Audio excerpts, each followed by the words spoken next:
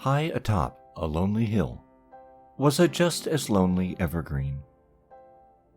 On this cold winter's night, like each year before, the weathered tree stood as tall as it could, having withstood many years of nature's harshness and people's indifference.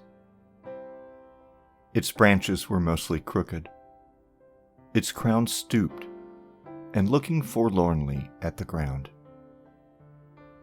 The nearby trees it had spent years trying to befriend were now mere stumps, after having been harvested by local farmers to sell as holiday trees at the town market.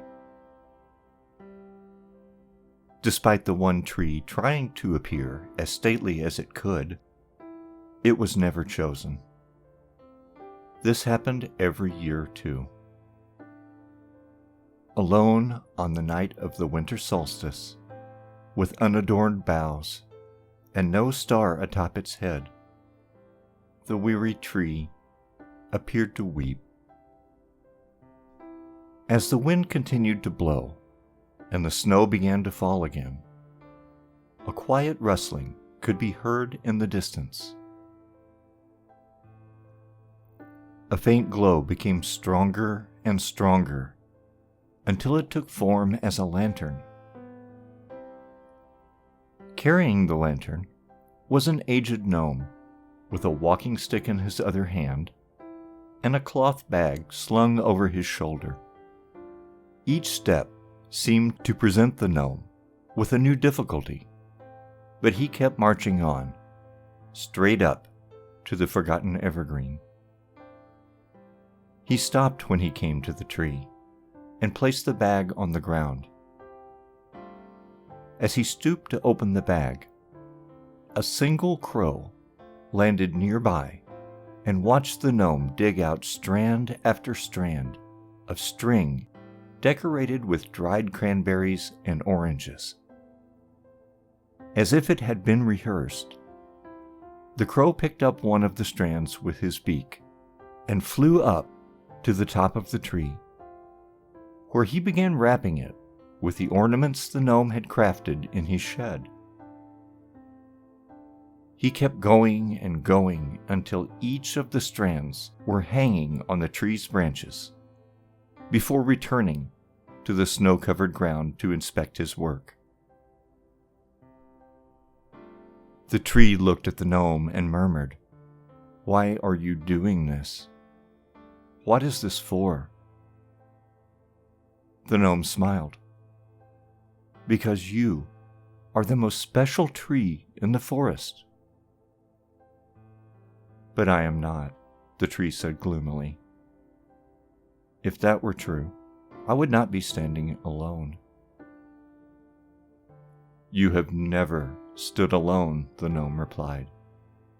"Have you no memory?" The tree was silent. "Oh dear," the gnome said, "you seem to have forgotten." He labored a few steps closer to the tree. "You see, when I was a young boy, I would often play in these woods. One afternoon, the nearby dam broke and the river flooded. I climbed your branches and rested in your arms until the water subsided. Many years later, a young lady stood where I am now to run off foragers who wished to cut you down. I came and stood beside her. That is how we met, and she is now my wife." The gnome looked down at his walking stick for a moment, then back at the tree. "And now that I am old, one of your fallen branches has become my staff." Again, the tree was silent. "So I have come to celebrate you, the most glorious tree in the forest." The gnome removed his pointed hat and looked upon the tree with great reverence. "Had you been taken to the market, I would have drowned. Because of you, I have my wife. Because of you, I can still walk. The crow leapt into the air and glided straight up to the evergreen. It landed on top of the tree and stretched out its wings, making its body into a 5-pointed star.